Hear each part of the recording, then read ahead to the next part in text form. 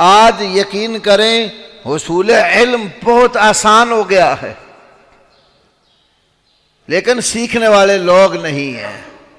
علماء ایسے ہی نہیں پیدا ہو جاتے، علماء کے پیچھے ایک لمبی ہسٹری اور داستان کئی سالوں پر محیط ہوتی ہے، جو وہ اتنے مشکلات اور سفر طے کرنے کے بعد جا کر علم کی منزل پہ پہنچتا ہے۔ ایسے طالب علم بھی آپ کو ملیں گے، دین پڑھنے مدرسے کا رخ کیا، مدرسے والوں نے کہا کہ ہمارے پاس خوراک کا انتظام نہیں ہے۔ پھر وہ کیسے پڑھے؟ اللہ اکبر!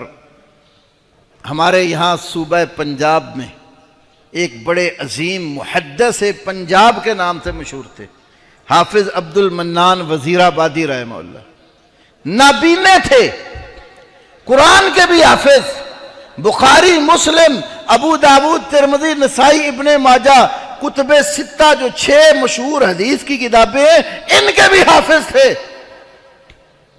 کیسے بنے اتنے عظیم محدث، حافظ قرآن اور حافظ حدیث؟ وزیر آباد سے اٹھے، دہلی گئے سید نذیر حسین محدث دہلوی رحمہ اللہ کے پاس پڑھنے کے لیے۔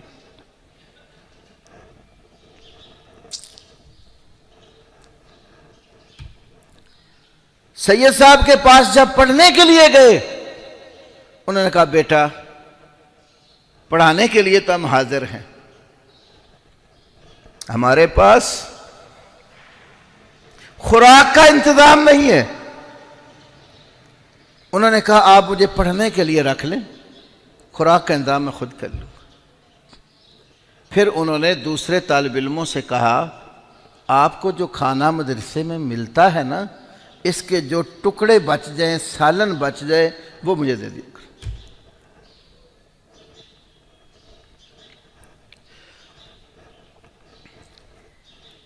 اتنی مشقت کے ساتھ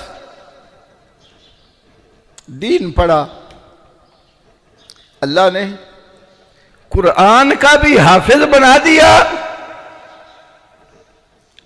اور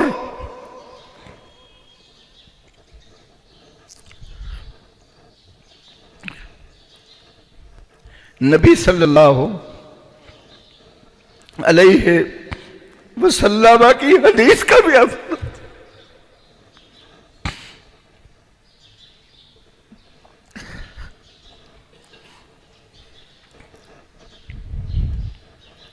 آج لوگ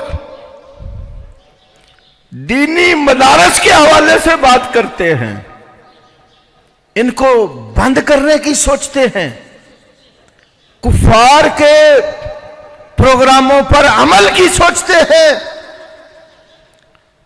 ان دینی طالب علموں نے تو کبھی کوئی ملک میں ایسا نقصان نہیں کیا توڑ پھوڑ کا جو باقی قومیں کرتی ہیں۔